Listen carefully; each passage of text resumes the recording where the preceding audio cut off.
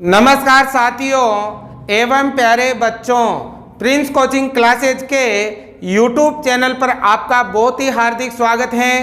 आज हम कक्षा 9 एनसीईआरटी गणित प्रश्नावली 6 रेखाएं और कोण की प्रमेय 6.7 और 6.8 करेंगे। बच्चों, ये दोनों प्रमेय आपको ध्यान से समझनी है। ये प्रमेय परीक्षा की दृष्टि से भी महत्वपूर्ण है और जो प्रश्नावली 6.3 है वो भी इन्हीं दोनों प्रमेय पर आधारित है। बच्चों, यदि आपको ये दोनों प्रमेय समझ में आती हैं तो आप इस क्लास को अधिक से अधिक लाइक करें, चैनल को सब्सक्राइब करें, साथ ही इन सभी क्लासों को अपने दोस्तों के साथ, अपने मित्रों के साथ अधिक से अधिक शेयर जरूर करें। तो देखो प्रमेय नंबर 6.7, किसी त्रिभुज के कोणों का योग 180 डिग्री होता है। हमें सिद्ध करना है कि त्रिभुज के कोणों का योग कितना होता है, 180 डिग्री होता है। तो बच्चों देखो, सबसे पहले तो हम चित्र बना लेते हैं त्रिभुज का। ये एक त्रिभुज है, ठीक है, इसका नाम दे देते हैं ए, बी और सी। अब हमें सिद्ध करना है कि इसके तीनों कोणों का योग कितना होता है, 180 डिग्री होता है। जैसे नाम दे देते हैं कोणों का, ये 1 नंबर, ये 2 नंबर और ये 3 नंबर। हमें सिद्ध करना है कि इन तीनों कोणों को जोड़ने पर कितना आता है, 180 डिग्री आता है, ठीक है। तो बच्चों, इस प्रकार के सवाल में सबसे पहले तो हम लिखते हैं दिया हुआ। बताओ बेटा क्या दिया हुआ है, क्या दे रखा है कि त्रिभुज ए बी सी में कोण 1, कोण 2 और कोण 3 स्थित हैं। क्या लिखेंगे, त्रिभुज ए बी सी में कोण 1, कोण 2 व कोण 3 स्थित हैं, ठीक है। और अब लिखते हैं हमें करना है सिद्ध। क्या सिद्ध करना है कि इन तीनों कोणों का जोड़ कितना आता है, 180 डिग्री आता है। मतलब कोण नंबर 1 प्लस कोण नंबर 2 प्लस कोण नंबर 3 को जोड़ने पर आता है 180 डिग्री, ठीक है। अब बच्चों, इसके लिए हम क्या करेंगे, रचना करेंगे। अब देखो रचना क्या करेंगे, ये जो बीसी लाइन है इसके समांतर यहाँ एक रेखा खींचेंगे, ठीक है, और उसका नाम दे देंगे डी और यहाँ दे देंगे ई, ठीक है। तो बताओ क्या रचना की, हम इसे लिखेंगे रचना में, ठीक है। बताओ बेटा क्या रचना की कि डी ई समांतर किसके हैं, बीसी के। ये डीई और बीसी मतलब ये दोनों लाइनें आपके समांतर है। आप चाहो तो यहाँ खींच सकते हो समांतर रेखा ए बी के, आप चाहो तो इधर भी खींच सकते हो समांतर रेखा ए सी के। तीनों भुजाओं में से किसी एक भुजा के समांतर भुजा खींचनी है, रेखा खींचनी है, ठीक है ना, हो गया। अब देखो समांतर रेखा खींचने पर यहाँ कोण बना, इसको 4 नंबर दे देंगे और यहाँ कोण बना, इसको 5 नंबर दे देंगे, ठीक है। अब देखो उत्पत्ति में हम करेंगे सवाल को हल, बहुत ही आसान है बच्चों, ध्यान से समझिएगा, ठीक है।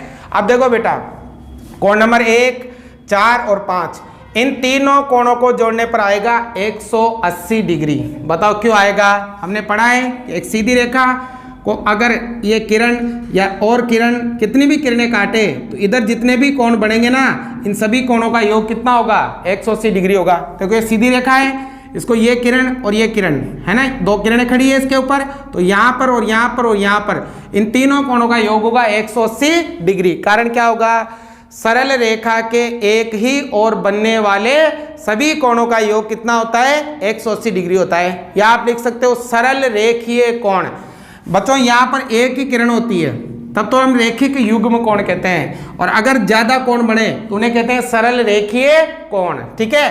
तो कोणों को जोड़ो, किस किस को, कोण नंबर 1 प्लस कोण नंबर 4 प्लस कोण नंबर 5, 1, 4 और 5, इन तीनों कोणों का जोड़ होता है 180 डिग्री।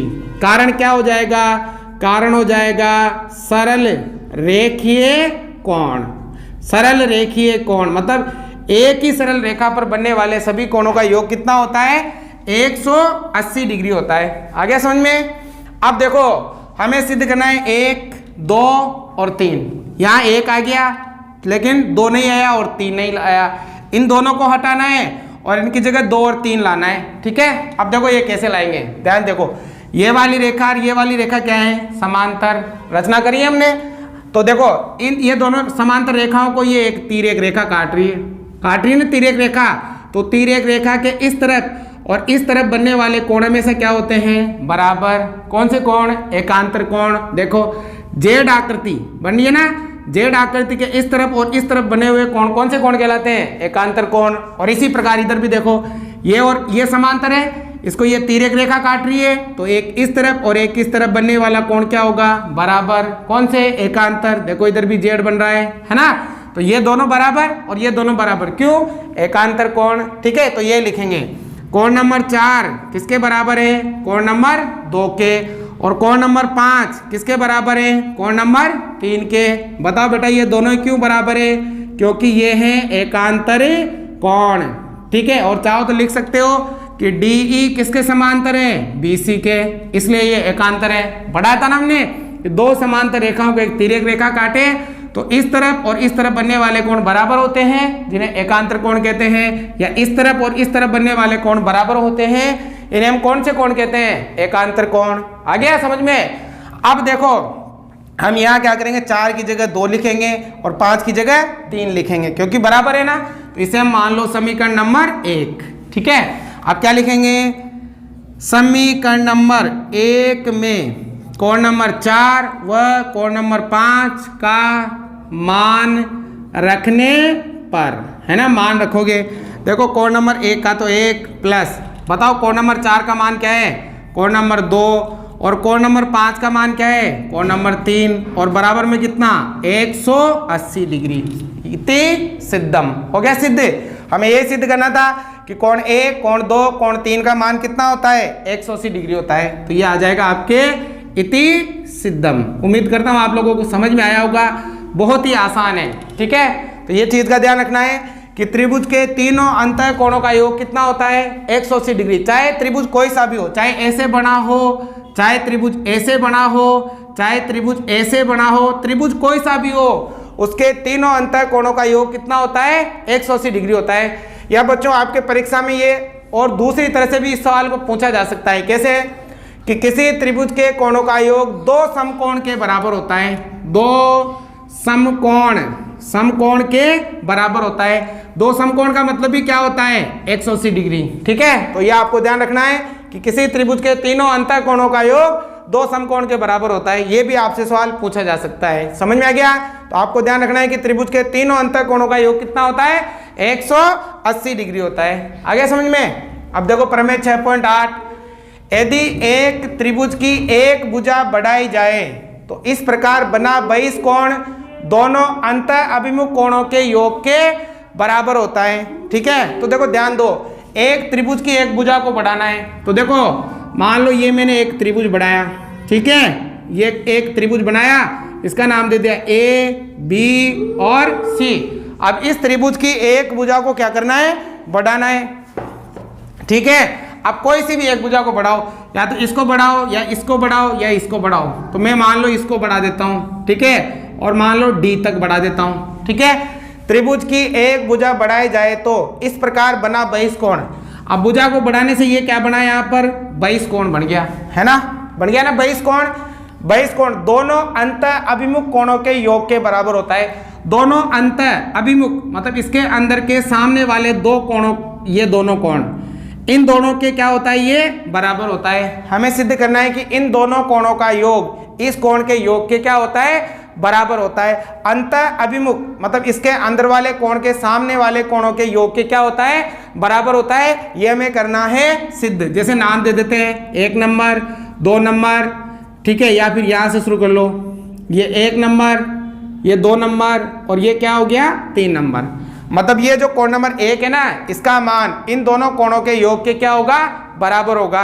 या इसको आप दूसरी तरह से भी बोल सकते हो कि त्रिभुज के अंदर बनने वाले दो कोणों का योग तीसरे कोण के बाहर बने बहिष कोण के योग के क्या होता है, बराबर होता है। ये मैं सिद्ध करना है। अगर मान लो ये 100 है ना, तो इन दोनों का योग भी कितना होगा, 100 होगा।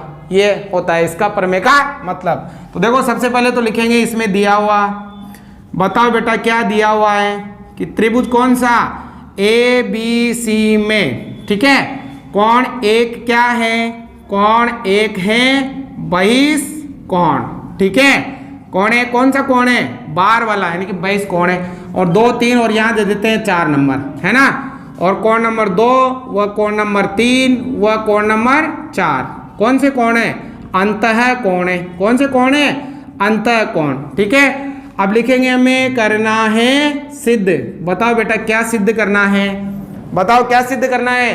कि कोण नंबर 1 किसके बराबर है? कोण नंबर 2 और कोण नंबर 3 के योग के बराबर है।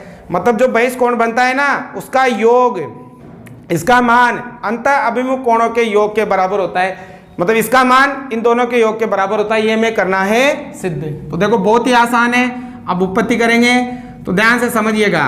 सबसे पहले तो देखो बेटा 2, 3 और 4 त्रिभुज के तीनों अंतः कोणों का योग कितना होता है? अभी किया हमने। कितना होता है? 180 डिग्री होता है ना। त्रिभुज के तीनों अंतः कोणों का योग कितना होता है? 180 डिग्री होता है।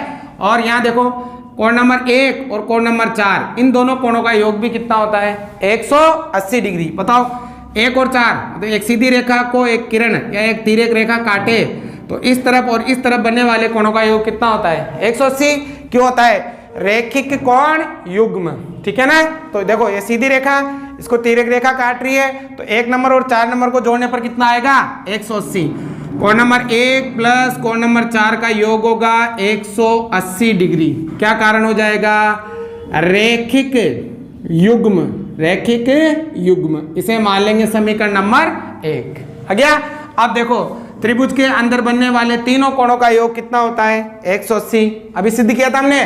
तो यहाँ पर कोण नंबर 2, कोण नंबर 3 और कोण नंबर 4, 2, 3 और 4 को जोड़ने पर भी कितना आएगा? 180 डिग्री। चाहे तो लिख सकते हो। क्यों? प्रमेय नंबर 6.7। अगर मान लो परीक्षा में प्रमेय याद नहीं रहे तो शॉर्ट में लिख दीजिएगा ASP, एंगल सम प्रॉपर्टी। इसका मतलब होता है कि त्रिभुज के तीनों अंतः कोणों का योग कितना होता है? 180 डिग्री होता है। ASP, angle sum property. ठीक है, हो गया। इसे मान लेंगे समीकरण नंबर 2। और कुछ भी याद नहीं आए तो लिख देना कि त्रिभुज के तीनों अंतः कोणों का योग कितना होता है? 180 डिग्री होता है। अब देखो समीकरण नंबर 1 व 2 से करेंगे। समीकरण नंबर 1 व 2 से। ठीक है, अब देखो समीकरण 1 व 2 से इस समीकरण का एक पक्ष अगर बराबर है तो दूसरा भी क्या होगा? बराबर। मतलब ये दोनों बराबर तो ये दोनों भी क्या होंगे? बराबर होंगे ना भाई। ये दोनों बराबर तो ये दोनों भी क्या होंगे? बराबर। तो कोण नंबर 1 प्लस कोण नंबर 4 बराबर किसके होगा? कोण नंबर 2 प्लस कोण नंबर 3 प्लस कोण नंबर 4 के बराबर होगा। हो जाएगा बराबर। अब देखो इस तरफ और इस तरफ क्या समान है? कोण 4 यहाँ भी है, कोण 4 यहाँ भी है। तो कोण 4 से कोण 4 कट गया। तो क्या बचा? कोण 1 बराबर कोण 2 प्लस कोण 3। क्या सिद्ध करना था? यही सिद्ध करना था। तो इति सिद्धम। ठीक है, तो आपको ध्यान रखना है इन दोनों प्रमेय का। इस प्रमेय का मतलब तो त्रिभुज के तीनों अंतः कोणों का योग 180 डिग्री होता है। और इस प्रमेय का मतलब कि त्रिभुज के अंदर बनने वाले दो कोणों का योग तीसरे कोण के बाहर बने बहिष कोण के योग के बराबर होता है। जैसे मैं कहूं कि ये 50 है और ये 60 है तो बताओ ये कितना होगा? इन दोनों को जोड़ लो 110। तो ये भी कितना होगा? 110 होगा। तो इस प्रकार से आपको ये दोनों प्रमेय हल करनी है। तो बच्चों आज की ये क्लास आपके समाप्त हुई। उम्मीद करता हूँ आपको ये दोनों प्रमेय समझ में आई होगी। अगर समझ में आए तो लाइक शेयर सब्सक्राइब जरूर से जरूर करें।